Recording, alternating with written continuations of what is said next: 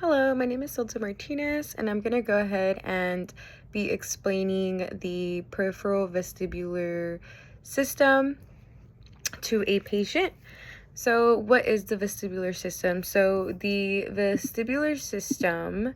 is a sensory system that is responsible for patients' spatial orientation,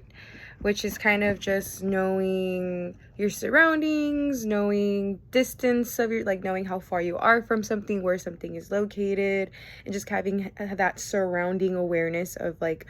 what is around you, how to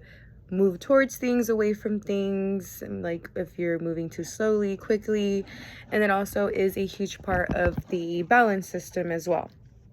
It helps us allocate our balance and just make sure that we are able to have a dynamic stability within a person. And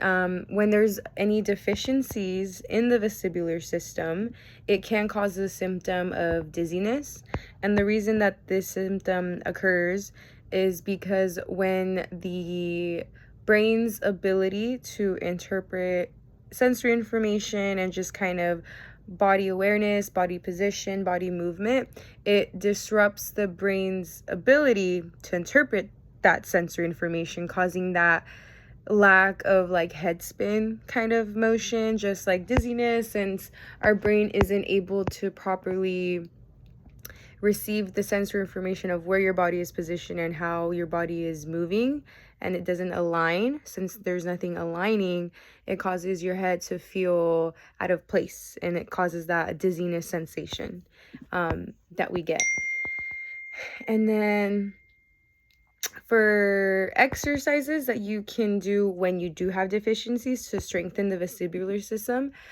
this often does include just like eye movement exercises, you can say. So for example, having like a visual target and having the patient keeping the target the entire time throughout the exercise, different head movement exercises, having the patient walk in a straight line while moving their head left to right, any type of dynamic balance exercise, having them stand on one leg or having them stand on a foam surface with one leg, or having their eyes closed in a narrow stance, and just a habitation exercise, which is also just similar to those that adapt to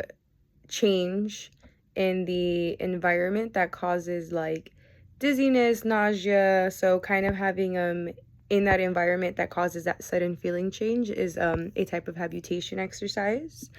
And when a patient does begin these, it's very easy for them to start feeling dizzy when performing them due to the disruption in the vestibular system. So a patient can go ahead and kind of like pace themselves, start off slowly, listen to your body if you start to feel slightly dizzy or slightly lightheaded, or